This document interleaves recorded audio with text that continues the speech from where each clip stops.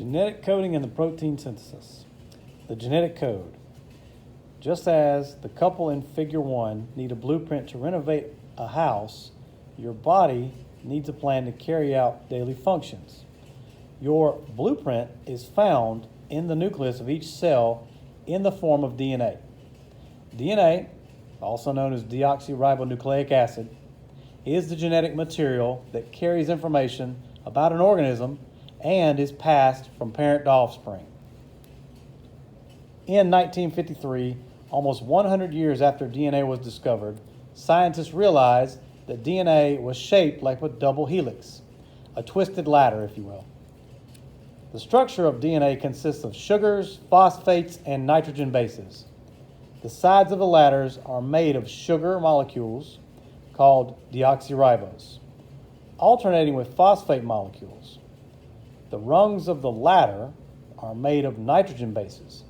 DNA has 4 nitrogen bases: adenine, abbreviated with a capital A; thymine, abbreviated with capital T; guanine, abbreviated with capital G; and cytosine, abbreviated with capital C.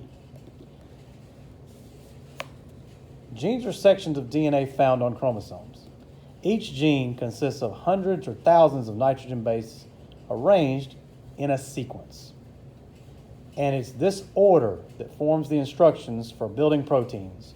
Long chains of amino acids, genes direct the construction of proteins, which in turn affect the traits that the individuals receive from their parents. In other words, proteins trigger cellular processes that determine how inherited traits get expressed. DNA replication. Scientists estimate that humans are made of approximately 37 trillion cells. As you grow and age, new cells form to build and repair structures or to replace cells that have died. For this to happen, cells need to replicate, and this requires making copies of DNA. As shown in Figure 2, DNA replication begins when the double helix untwists. Then a protein breaks the DNA strand in half at the structure's weakest point between the nitrogen bases. This separation actually looks like a zipper and is often referred to as unzipping the DNA. Next, nitrogen bases with a sugar and phosphate attached pair up with the bases on each half of the DNA. Because nitrogen bases always pair in the same way, adenine and thymine will pair together, and guanine and cytosine pair together. In order of the bases on both strands are identical. At the end of replication, a chromosome with 2 identical DNA strands is formed.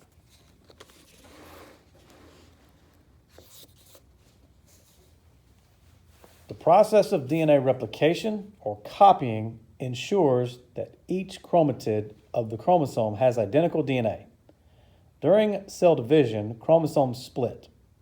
During mitosis, the identical chromatids separate, resulting in identical DNA in each daughter cell. During meiosis, crossing over occurs before the chromatid splits.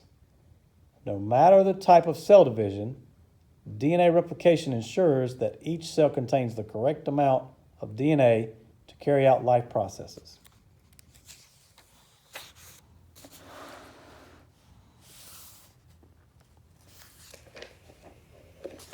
Here is a diagram, if you can look here, both sets of the book, of your DNA double helix. Please note here, you can see where particular adenine, thymine, and cytosine and guanine are matched up. Again here, nitrogen bases, your sugar phosphate.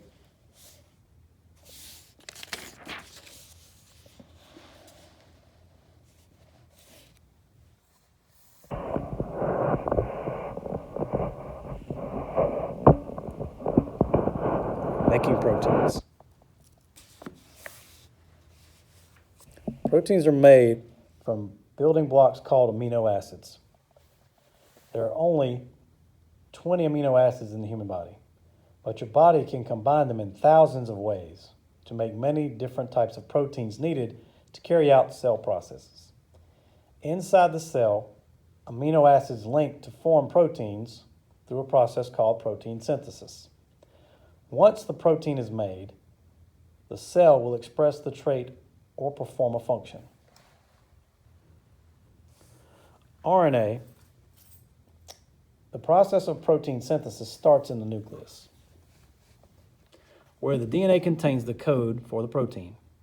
However, the actual assembly of the protein occurs at the organelle called the ribosome. Before a ribosome can assemble a protein, it needs to receive the blueprint to assemble the right protein from the nucleus. The blueprint is transferred from the nucleus to the ribosome by a different nuclei called RNA, ribonucleic acid.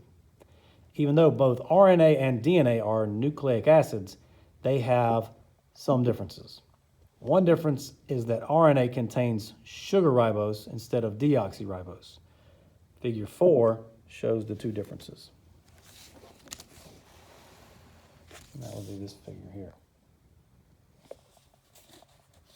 Notice on the left is a sample strand or illustration of DNA strands, and on the right is your RNA illustration.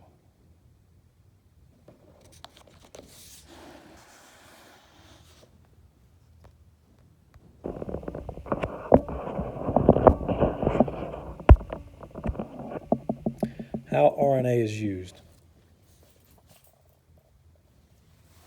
There are two main types of RNA involved in protein synthesis: messenger RNA and transfer RNA. Messenger RNA, or mRNA, carries copies of instructions for the assembly of amino acids into proteins from DNA to ribosomes in the cytoplasm. Transfer RNA, or tRNA, shown in figure 5, carries amino acids to the ribosome during protein synthesis. Here's a diagram of transfer RNA.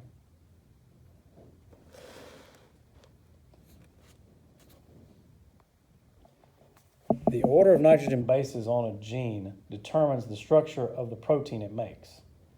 In the genetic code, a group of 3 nitrogen bases codes for one specific amino acid. For example, the 3-base DNA sequence CGT, cytosine, guanine, thymine, always codes for the amino acid alanine. The order of these 3 base code units determines the order in which amino acids are put together to form a protein. Figure 6 and C7 for a summary of the entire process of protein synthesis. Figure 6.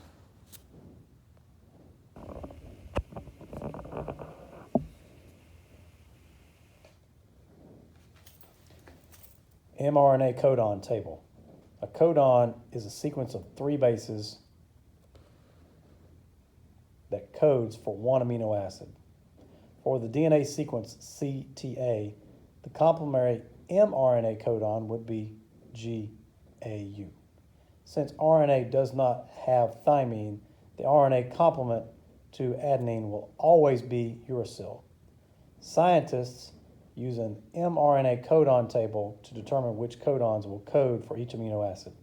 The highlighted parts of the table show how the codon GAU code for aspartic acid, also known as aspartate. And here's that table here.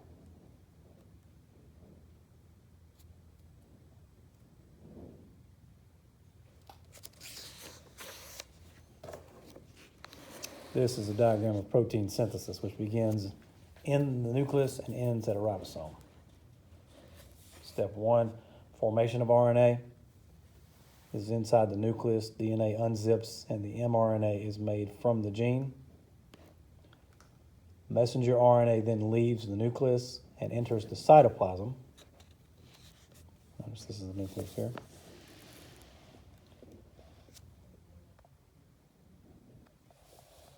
Ribosomes attach to mRNA. After arriving in the cytoplasm, a ribosome attaches to mRNA. The order of base pairs on mRNA determines which tRNA molecule attaches to the strand. Each codon on the mRNA strand attaches to a complementary anticodon on the tRNA strand. Note the amino acid, anticodons, ribosome, codon here. And this is all in the cytoplasm. And then messenger RNA provides the code for protein construction.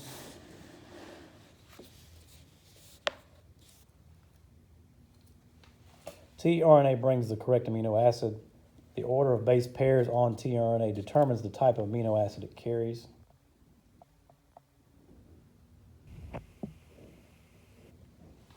As the ribosome moves along the mRNA strand, molecules of tRNA bring their attached amino acids.